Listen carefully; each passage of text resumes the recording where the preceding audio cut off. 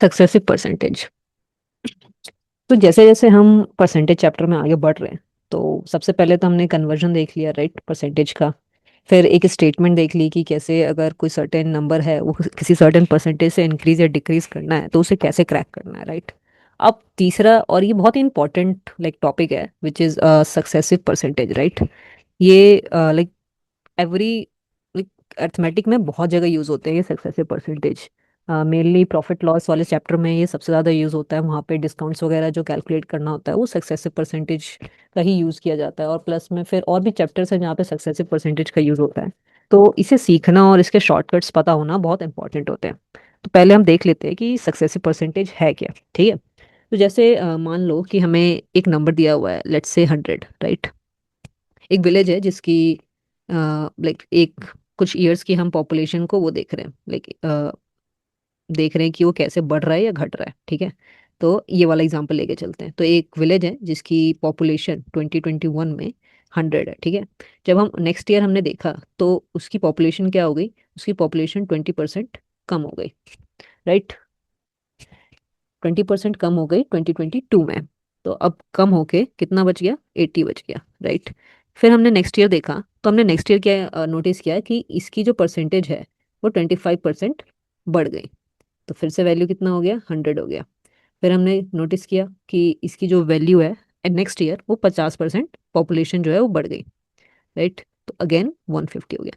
तो ये जो फ्लो चार्ट बन रहा है ना हमारा, कि लाइक पहले केस में 100 बेस था, फिर 80 था, फिर 100 था, फिर 150 था। तो इसे ही सक्सेसिव परसेंटेज कहते हैं हम लोग, लाइक कि लाइक एक के बाद चीजें बढ़ती घटती जा रही है, तो इसे ही सक्सेसिव परसेंटेज कहा जाता है। तो इस पर्टिकुलर सिचुएशन को डील करने के बहुत सारे तरीके होते हैं। ये जो मैंने अभी आपको दिखाया वो भी एक तरीका है, लेकिन ये वाला तरीका हम तब यूज करते हैं जब मोस्ट ऑफ द टाइम हम जैसे कोई भी परसेंटेज को 100 गेस करके करते हैं, और ये सारी जो परसेंटेज इंक्रीज एंड डिक्रीज है ना, वो सिंप्लीफाइड परसेंटेज है अभी जो मैंने यूज की है। तो कॉम्प्लेक्स वो होते हैं ना, फ्रैक्शंस होते हैं, तो हम इन इन पर्टिकुलर चीज़ों का यूज नहीं कर सकते, क्योंकि उस टाइम पे फिर कैलकुलेशन बहुत हार्ड हो जाती है और बहुत टाइम टेकिंग हो जाती है। इसलिए इसके बहुत सारे तरीके होते हैं डील करने का। एक तो होता है कि लाइक अगर आपके पास सिर्फ, पहला तरीका तो हो गया फॉर्मूला का, लाइक इसके कुछ फॉर्मूलेज भी होते हैं। तो फॉर्मूलों पे बात कर लेते हैं। पहला पहला तरीका फॉर्मूला का, राइट। अगर हमें सिर्फ दो सक्सेसिव परसेंटेज गिवन है ना, तो हम डायरेक्टली फॉर्मूला लगाते हैं कि नेट चेंज कितना आएगा, राइट। जैसे कि अगर हमें दिया हो कि पहले ईयर में 8% का चेंज आया, राइट, लेट से इंक्रीज आया, और दूसरे ईयर में 20% का इंक्रीज ही आया। तो अब बताओ कि पॉपुलेशन जो है वो नेट कितना चेंज हुई, मतलब ओवरऑल 2 साल का बताओ कि ओवरऑल कितना चेंज हुआ। तो ऐसे केस में ना हम डायरेक्ट फॉर्मूला यूज कर लेते हैं। फॉर्मूला क्या होता है, A+B प्लस में ए बी अपॉन में 100। तो ये हमारा फॉर्मूला है, और ये फॉर्मूला ना बहुत यूजफुल है, बहुत। जब हम प्रॉफिट लॉस चैप्टर पढ़ेंगे ना, तो वहाँ पे जब हम प्रॉफिट लॉस चैप्टर पढ़ते हैं ना, तो वहाँ पे ये फॉर्मूला बहुत काम आता है। और इससे ना कैलकुलेशन भी बहुत फास्ट हो जाती है। जब 2% का नेट चेंज निकालना हो तो ये बहुत इंपॉर्टेंट हो जाता है। तो वैसे ये तो दो का हो गया। अगर हमें 3% दी हो तो उसका भी फॉर्मूला होता है, हो गया 2 नंबर वाला। अगर हमें 3% गिवन हो, जैसे A%, B% and C%, right. ये जो फॉर्मूला है ना, इसमें प्लस, सारा साइन प्लस का है, क्योंकि जो दोनों नंबर है वो इंक्रीज हो रहे हैं। अगर कहीं पे कोई परसेंटेज डिक्रीज हो रहा हो ना, तो वहां पे हमें फिर माइनस का साइन लगाना पड़ेगा, ठीक है। तो ये हमारा स्टैंडर्ड फॉर्मूला है, वही प्लस माइनस का जो साइन है वो चेंज होगा इंक्रीज और डिक्रीज पे, ठीक है। तो अगर हमारे पास ये 3% है, तब इनका नेट चेंज कैसे निकाला जाए, तो इसका भी फॉर्मूला होता है। फॉर्मूला क्या होता है, A+B+C प्लस में AB+BC प्लस में CA अपॉन में 100, ओके। देन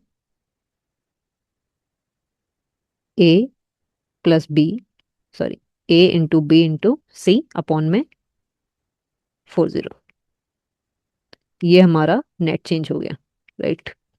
अगर हमें 3% गिवन हो, उसी तरीके से अगर हमारे पास 4% गिवन हो तब हम कैसे डील करेंगे, उसका भी एक डिफरेंट तरीका होता है। लेकिन बेसिकली जो फॉर्मूला होता है ना, वो सिर्फ 2 और 3 के लिए ही होता है, राइट।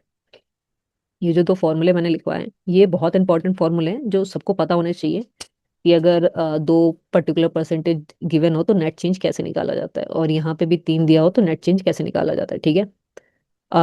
ये तो हो गया फॉर्मूले की बात, राइट, कि सक्सेसिव परसेंटेज में नेट चेंज कैसे निकाला जाता है तो 2 और 3 परसेंटेज गिवन हो। एक और तरीका है जो कि रेशियो मेथड है।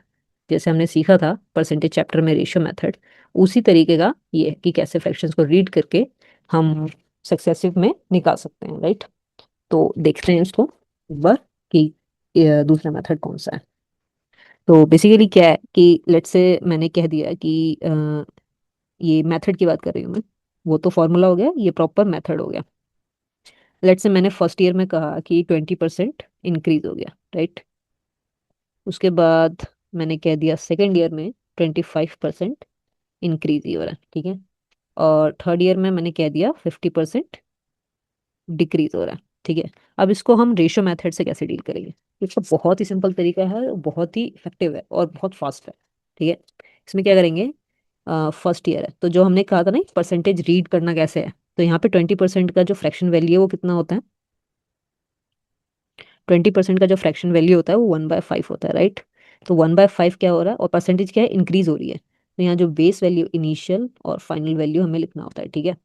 तो बेस वैल्यू इनिशियली कितना है, 5 है, और ये जो 1 है वो क्या होता है, जो गिवन होता है। जैसे यहाँ पे इंक्रीज है तो 1 इंक्रीज है, तो 5 में अगर 1 इंक्रीज करेंगे तो बढ़ के कितना हो गया, 6 हो गया, राइट। तो सेकेंड ईयर में क्या है कि 25% इंक्रीज है, तो 25% के जो फ्रैक्शन वैल्यू कितनी होती है, 1/4 होती है, राइट। तो सेकेंड ईयर में जो है वो 1/4 है, यानी इनिशियल वैल्यू 4 है, और यहाँ पे चीजें क्या हो रही है, इंक्रीज हो रही है, यानी 1/4 में 1 जो है वो इंक्रीज हो रहा है, तो 1 इंक्रीज होकर कितना हो गया, 5 हो गया, ठीक है। अब हम थर्ड ईयर पे आते हैं, तो 50% की फ्रैक्शन वैल्यू कितनी होती है, हाफ होती है, राइट। यानी इनिशियल वैल्यू हमारी 2 थी, और यहाँ पे क्या चीजें हो रही है, डिक्रीज हो रही है, यानी 1 जो है वो कम हो रहा है, तो 2 में 1 कम होके बचा कितना, 1, ठीक है। तो ये हमने ऐसे लिख लिया। उसके बाद क्या करना होता है, ये जो क्रॉस में वैल्यूज है ना, ये और ये जो कट रहा है उसे काट दो, जैसे कि 5 से 5 कैंसिल हो गया, राइट। और भी कुछ कैंसिल हो सकता है, राइट। 2 से 6 कैंसिल हो सकता है 3 टाइम्स, राइट। और कुछ कैंसिल हो सकता है क्रॉस में, नहीं, नहीं हो सकता। तो जो बचा हुआ नंबर है ना उनको मल्टीप्लाई कर दो, मतलब यहाँ तो 4 ही बचा बस, राइट। और यहाँ कितना बचा, 3 बचा, यहाँ पे 3 बच गया, तो ये इनिशियल और फाइनल वैल्यू आ गई हमारी, है ना। तो ये हमारा नेट चेंज है। अगर मैं परसेंटेज की टर्म में बात करूँ तो रेंज है वो 4 और 3 का आया। तो जो इनिशियल वैल्यू थी वो हमारी 4 है और फाइनल वैल्यू जो है हमारी 3 है, तो यानी कमी कितने की आई, 1 की कमी आई, राइट। एक डिक्रीज हो गया, कितने पे डिक्रीज हुआ, 4 पे डिक्रीज हुआ, यानी ओवरऑल जो नेट चेंज है वो 1/4 का हुआ, विच इज 25%। तो नेट चेंज हमारा कितना आ गया, 25%। तो इसका ये मतलब हुआ कि अगर कोई वैल्यू 100 दी हुई थी और 25% इंक्रीज और 20% इंक्रीज और 50% डिक्रीज होने के बाद वो जो वैल्यू ही हुई वो कितना हुआ, 25% डिक्रीज हो गया, राइट।